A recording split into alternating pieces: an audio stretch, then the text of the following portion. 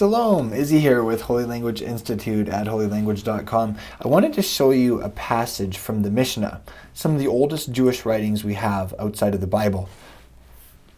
And there's this little mention of the relationship between a disciple and his rabbi that is a very meaningful picture of our relationship as disciples with Rabbi Jesus, with our Rabbi Yeshua of Nazareth.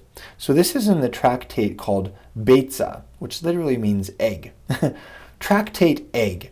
And basically, this tractate is dedicated to questions about what you can do on the festival Sabbath. In Judaism, we call that a Yom Tov. Literally, it's a good day, versus what you can do on the weekly Sabbath, because there are a couple differences. God says, on Yom Tov, on the festival Sabbath, you can prepare your food to eat that day, because otherwise it can just be pretty hard if you have like a festival Sabbath and a weekly Sabbath back to back. That's 2 days. That's a lot of food to get ready. Let's say that you're a mom with like a dozen kids.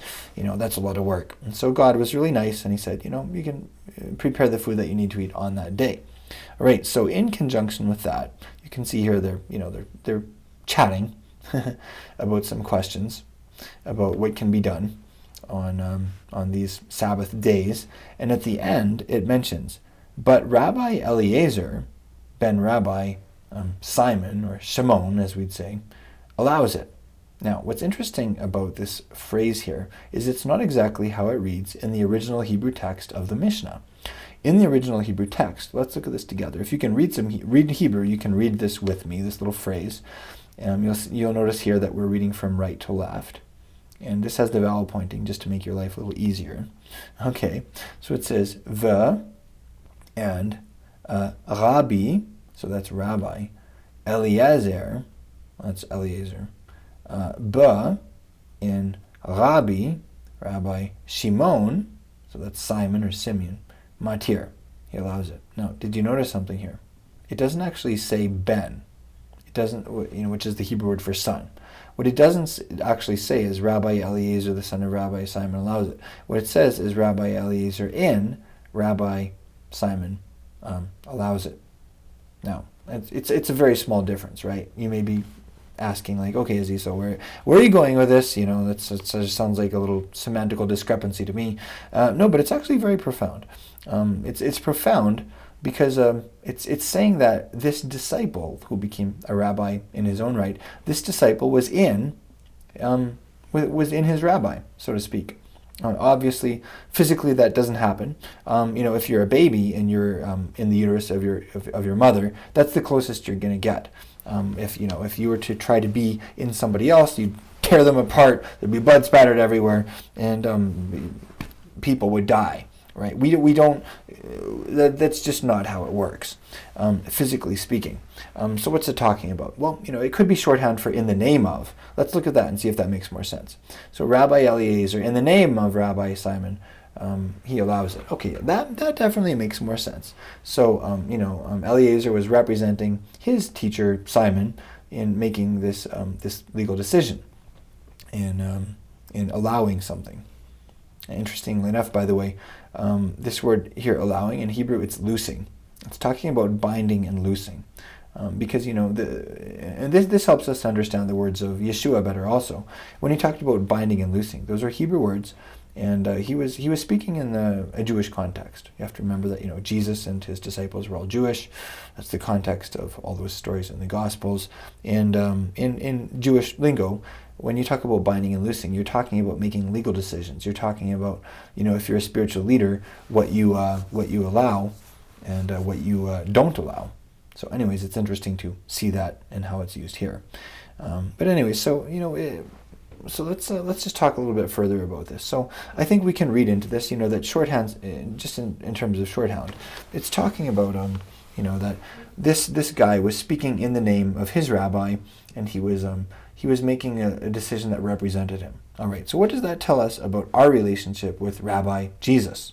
It tells us a lot. You may remember that one of the things Paul said was, whatever you do, whether in word or in deed, do everything in the name of the Lord Jesus Christ, in the name of the Master, Yeshua the Messiah. Wow, So there's that thing right there, and that's actually it's a New Testament commandment, I guess you could call it. Sometimes people talk about the commandments in the law, and they're like, well, 613, that's like so many, wow, way too many, you could never keep them all, what a burden. That's very, very unscriptural mindset, for one thing. John, in 1 John, said God's commandments aren't a burden. And I don't think he was just talking about the commandments in the New Testament either. He was talking about all of God's commandments. They're not a burden.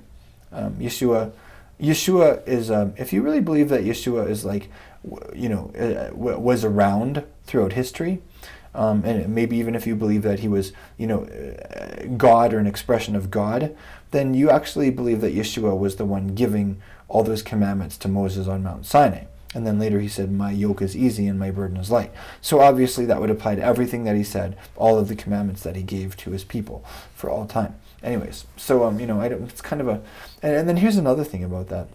If you actually count the commandments in the New Testament, there are at least 1,050. People have done that. They've sat down and they've gone through and they've tried to count them all. And sometimes it's a little bit hard to tell which is a commandment and which isn't. But anyways, there are tons. Like there are over 1,000 commandments. So before you go off talking about so many commandments in the law, just remember that there are even more commandments in the New Testament, and remember that none of those commandments are a burden because they're a love thing. And there's something that the Messiah keeps through us. He inspires us. He moves us by his life-giving spirit to express our love for God by doing the stuff that he said. The same God who way back in the Old Testament said, if you love me, keep my commands, also sent his Messiah who said in the New Testament, if you love me, keep my commands. So you kind of see it's the same person. And there's a lot of coherence between the old and the new. So anyways, that's a little bit of a rabbi trail, maybe we could say. But I think it's worth mentioning. And so, one of the commandments in the New Testament is everything that you say and everything that you do it in the name of the Master Yeshua, the Messiah. In other words, do it as a disciple who is representing his or her rabbi. That's you. You are the disciple of Yeshua. You actually represent him in you have the chance to represent him in everything you say, everything you do. Woo! That's a big calling. That's like 24/7. Anyways, now so that's a little bit about doing and saying stuff in the name of your rabbi, but that's not what it says. It doesn't say in the name. It just says in, and this is actually real. Like on a physical level, we talked about that. You can't really fully get into somebody else. You can't climb into their skin, and that just doesn't work. Unless like we said, if you try to do that, there's blood and guts everywhere, and people die. It just doesn't work. But that is not the case on a soul level. Spiritually speaking, people can become one, and it doesn't mean that there's used to be two people and now there's one, and they've lost their identity. No. It means there's this union or this unity. There's this, maybe you could say merging, so to speak. And Yeshua is a great example of that. He said, I and my Father, I and my Abba are one, we're echad. But at the same time, obviously, there were two different people, because Yeshua was praying in the garden later, and he's like, Abba, Father, let this cup pass from me, but not as I will, but as you will. So obviously, Yeshua wasn't talking to himself there. He was talking to the Father, and obviously there was something to his will as a physical human being that wasn't the exact same as the Father's will, in that moment in space-time. So all that to say, Yeshua was one with his Father, but Yeshua wasn't his Father. They were still two distinct people, and that's the case. So that's really neat. You can be in Yeshua, the Messiah, and it doesn't mean you become him. You don't become God, but you're in him, and you experience this deep spiritual union with him. You experience this, I don't know, maybe you could say merging of souls to some degree, but you're still two separate people. But you become a lot more like him. So that you get to this point where everything that you're all your conversations, all the stuff you say, you're actually saying that in his name. You're saying that representing him, and all the stuff you do, it's all flowing from him, so to speak, into this world. It's really powerful. I want to show you I'll leave you with a couple of verses from the New Testament about this. So here's Paul writing to a bunch of disciples of Yeshua in the city of Corinth. Some of them are Jewish. A bunch of them are, Gentile from, hardcore pagan backgrounds. And he says, by God's doing, you are where? You are in Messiah Yeshua. And apparently that was God's idea, and it was God who made that happen. And that, of course, isn't just something for a couple thousand years ago. That's something for us today. This is also how Paul described himself. He says, I know a man in Messiah. Like this was like at the core of his identity. This is how he described himself in his relationship with Messiah. That he was in Messiah. Is that true of you too? It is. Here's yet one more example. So Paul's writing a letter to a bunch of believers in Yeshua in the city of Philippi. And he says to all the saints, the holy people in Messiah Yeshua. So when Paul looked at this motley crew, when he looked at this community of disciples of Yeshua, yeah, physically there were a bunch of separate bodies, there were different people. But then on a higher level, they were all in the Messiah. And that means they were also in each other. There was the spiritual union that that we can't even understand on a physical level. We can look at different things in the physical world as pictures of that spiritual union, but ultimately it all falls short because it's something that is only real in the spiritual world. And that's something for you, and that's something for me. Paul in 1 Corinthians chapter 6, he said, if you go and you join yourself to a prostitute, you become flesh with her. That's not a good thing. But in a way, like the physical intimacy that a man and a woman can have, that's a picture of the spiritual intimacy that you can have with God.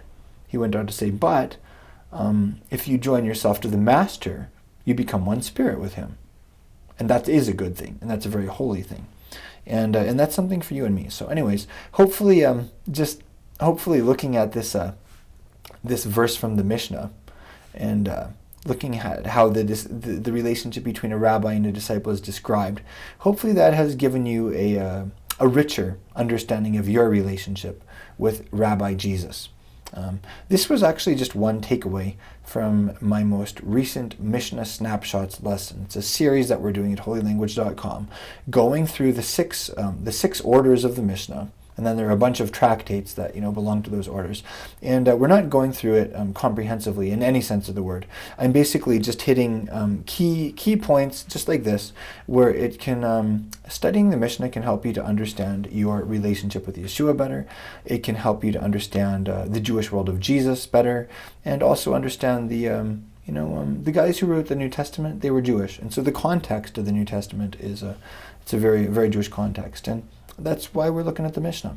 Anyways, I'd love to have you join us. Come check us out at holylanguage.com. We have some other Hebrew learning series going on, discipleship resources, and we have a beautiful online community of people who have the same focus, discipleship to the Master, coming closer to Him, learning about the original Jewish context of the Bible, all this stuff. Come see us at holylanguage.com. I'd love to have you join us, and just be blessed knowing that even though physically you can't see Yeshua, spiritually He's right there. And spiritually you have this incredible relationship in which you are in Him and He is in you, and He is living through you this day.